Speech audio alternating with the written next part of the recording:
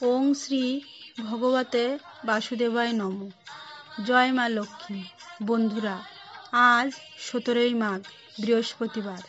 আজকের দিনটি মা লক্ষ্মীর উদ্দেশ্যে সমর্পিত, তাই আজকের দিনটিকে লক্ষ্মীবারও বলা হয়ে থাকে। বন্ধুরা, আজকে অনেকে হয়তো মা লক্ষ্মীর পূজা বা ব্রত করছেন। যদি কেউ কোনো কারণে পূজা বা ব্রত নাও করতে পারেন, তবে আমার এই ব্রত কথাটি শ্রবণ করে মা লক্ষ্মীর উদ্দেশ্যে যদি একটি প্রদীপও প্রজ্বলন করতে পারেন, তাতেও এই ব্রতের পূর্ণ ফল অনেকাংশে লাভ করা যায়। তাহলে বন্ধুরা, শুরু করছি বৃহস্পতিবারে মা লক্ষ্মীর ব্রত কথা। ওম বিশ্বরূপস্য ভর্যাসী পদ্মে পদ্মালয়ে শুভে সর্বত পাহিমাং দেবী মহালক্ষ্মী নমস্তুতে। নমো গণেশায় বাসুদেবায় লক্ষ্মীদেবায় নমো নমো। দোল পূর্ণিমার নিশি নির্মল আকাশ, মৃদু মন্দ বহিতেছে মলয় বাতাস। গোলকে কমলা সহ বসি নারায়ণ, কহিতেছে নানা কথা সুখে আলাপন। হেন কালে বিনা করে নারদ মুনিবর, হরিগুণ গানে মাতি হইয়া বিভোর। করজোরে ধীরে ধীরে করিয়া প্রণতি, কহিতে লাগিল ঋষি নারায়ণী প্রতি।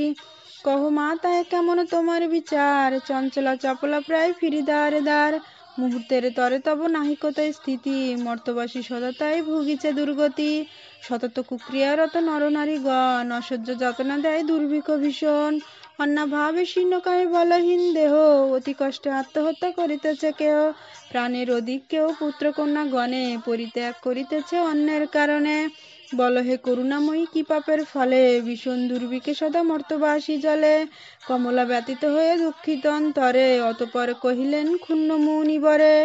দুঃখী সব মর্তবাসী শোকের বিষয়, কুকর্মের ফল ঋষি জানিবে নিশ্চয়। চঞ্চলা আমার নাম কিসের লাগিয়া, ইহার কারণ বলি শুনো মন দিয়া। অনাচার দিবানিদ্রা ক্রোধ অহংকার, কলহ আলস্য মিথ্যা ঘিরেছে সংসার। উচ্চ ভাষা উচ্চ হাসি করে নারী গণে, সন্ধ্যাকালে নিদ্রা যায় ঝগড়া জনে জনে। দয়া মায়া লজ্জা সবে দিয়া বিসর্জন, সবে করে যেতা সেটা স্বেচ্ছায় গমন। সন্ধ্যার প্রদীপ নাহি জালে সন্ধ্যাকালে, বিলাসিতা তরে তারা রং মাখে গালে। প্রাতকালে নাহি দেয় গোবরের ছড়া, ঘৃণা করে ময়লা হবে দামি বস্ত্র পরা। লক্ষ্মী স্বরূপিণী নারী করিয়া সৃজন, মর্তধামে পাঠাইয়াছি সুখের কারণ। সামান্য সুখের লাগি ভুলিয়া মায়, অকাজে কুকাজে থেকে সংসার মজায়। শ্বশুর শাশুড়িগণে নহে ভক্তিমতী, বাক্যবান করে সদা তাহাদের প্রতি। স্বামীর আত্মীয়গণে করে না আদর, সর্বদা থাকিতে চায় হয়ে স্বতন্ত্র। লজ্জা আদি যত সবে নারীর ভূষণ, একে একে সবে তারা করেছে বর্জন। অতীতে আসিলে দ্বারে রুষ্ট হয় মনে, স্বামীর আগেতে খায় যত নারীগণে। স্বামীরে করিছে হেলা শুনে না বচন, ছাড়িয়াছে গৃহকাজ ছেড়েছে রন্ধন। পরিহাসে পুরুষেরা সময় কাটায়, সদা মিথ্যা কথা বলে সত্য নাহি কয়। সর্বদা ইহারা মোরে জ্বালাতন করে, চঞ্চলা হইয়া তাই ফিরি ঘরে ঘরে। হিংসা দেশে পরিপূর্ণ মানব হৃদয়, পরস্মৃতি কাতচিত্ত কুটিলতাময়। দেবদ্বিজে নাহি ভক্তি তুচ্ছ গুরুজনে, সেই জন্য নানা দুঃখ পায় নরগণে। রসনা তৃপ্তির জন্য অভক্ষ ভক্ষণ, তার ফলে দুঃখ ব্যাধি অকালে মরণ। এই রূপে যে স্থানে পাপের আগার, সে স্থানে অচলা আমি থাকি কি প্রকার। ত্যাজিয়া এসব দোষ হলে সদাচারী, নিশ্চলা অবশ্য রব দিবা বিবাবরী। শুনিয়া নারদ ঋষি কয়ে ক্ষুণ্ণ মনে, কি হলে প্রসন্ন মাগো হবে নরগণে। লভিতে পারে কি নর তব পদ ছায়া, ওগো দয়াময়ী তুমি না করিলে দয়া। জগতের জননী তুমি জগতীশ্বরী, সৃষ্টি স্থিতি প্রলয়ের তুমি অধিকারী। দয়া করি করো মাগো বিহিতে বিধান, মর্তলোকে দুঃখ দেখি কাঁদে মোর প্রাণ। নারদের বাক্য দয়া উপজিল মনে, বিদায় করেন তারে মধুর বচনে। মর্তবাসীদের দুঃখে কাঁদিছে অন্তর, প্রতিকার হেতু চেষ্টা করিব সত্তর। এত বলি লক্ষ্মী দেবী ভাবে মনে মনে, মর্তের দুঃখ নাশে করিব কেমনে। চিন্তান্বিত হয়ে কন নারায়ণী প্রতি, কিরূপে নাশিব বল নরের দুর্গতি। কিরূপে করিব আমি এ দুঃখ মোচন, উপদেশ দেহ মোরে হৃদয় রঞ্জন। নারায়ণ বল শুনে বচন আমার, নরলোকে লক্ষ্মীব্রত করো হে প্রচার।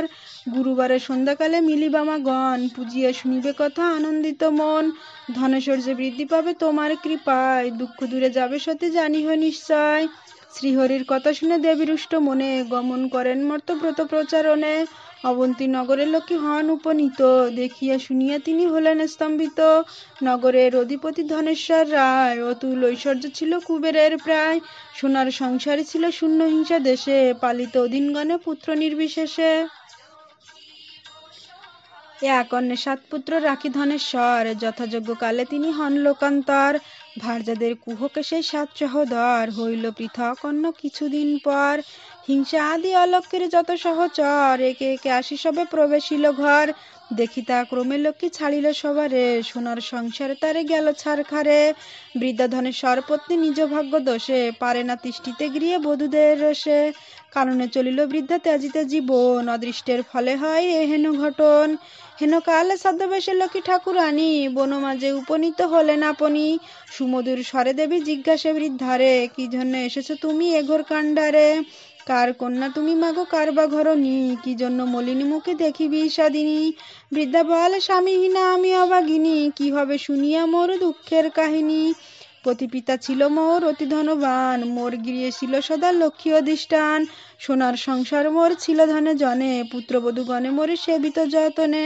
পতি গেল পরলোকে সুখ শান্তি যত, ক্রমে ক্রমে গৃহ তো হলো তিরোহিত। ৭ পুত্র ৭ হাড়ি হয়েছে এখন, বধূরা সর্বদা মোরে করে জ্বালাতন। সংসার যন্ত্রণা আর সহিতে পারি না, জীবন ত্যাজিব আমি করেছি বাসনা। লক্ষ্মী দেবী কনে শুনে আমার বচন, আত্মহত্যা মহাপাপে নরকে গমন।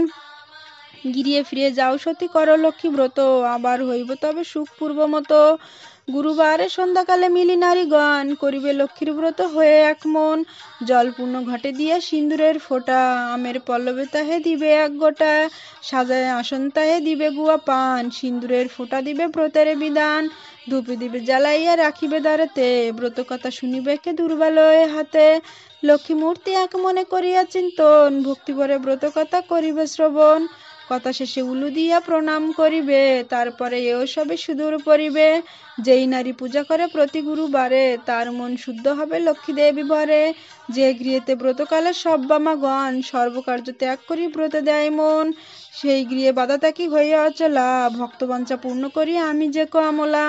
গুরুবারে যদি হয় পূর্ণিমারে তিথি, উপবাসে এই ব্রত করে যেই ব্রতী, সকল অভিষ্ট তারে পূরণ হইবে, পতিপুত্র লয়ে সেই সর্বসুখে রবে।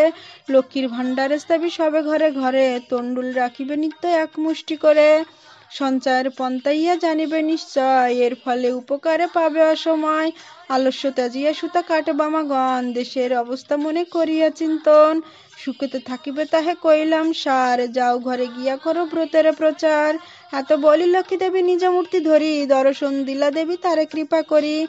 দেখিয়া হইল বৃদ্ধা আনন্দে বিভোর, প্রণাম করিল সতী জুড়ি ২ কর। লক্ষ্মী বলে, করব্রত সংসারে প্রচার, অচিরে হইবে তবে বৈভব অপার। সুখ শান্তি পূর্ণ হবে তোমার সংসার, পুত্রবধূ গণে বসে থাকিবে তোমার। এই কথা বলে লক্ষ্মী হন অন্তর্ধান, আনন্দে করিল বৃদ্ধা গৃহেতে গমন। গৃহে ফিরে বলে সবে পুত্রবধূ গণে, যে রূপে দর্শন হলো লক্ষ্মী দেবী সনে। ব্রতের বিধান সতী বলিল সবারে, যে সকল কথা লক্ষ্মী বলিল তাহারে। শুনি বধূগণ মিলি করে লক্ষ্মী ব্রত, হিংসাদের স্বার্থভাব হলো বিদূরিত। একত্র মিনিল পুনঃ ভাই ৭ জন, সহোদর সমমিলে সব বধূগণ। মা লক্ষ্মী করেন তথা পুনঃ আগমন, অচিরে হইল গৃহ শান্তি নিকেতন। দৈবযোগে এক নারী ব্রতের সময়, উপনীত হলো আসি সাধুর আলয়। ব্রত কথা শুনি তারে ভক্তি উপজিল, করজোরে লক্ষ্মী ব্রত মানস করিল। গৃহে তার রুগ্ন স্বামী অক্ষমর জনে, ভিক্ষা করি যাহা পায় খায় ২ জনে। লক্ষ্মীর নিকটে নারী করিছে প্রার্থনা, স্বামীর নিরহ কর চরণে কামনা। গিয়ে ফিরে সেই নারী করে লক্ষ্মী ব্রত, ভক্তিভরে নারী সব করে বিধিমতো। দেবীর কৃপায় তার দুঃখ হলো দূর, রুগ্ন স্বামী সুস্থ হলো, ঐশ্বর্য প্রচুর।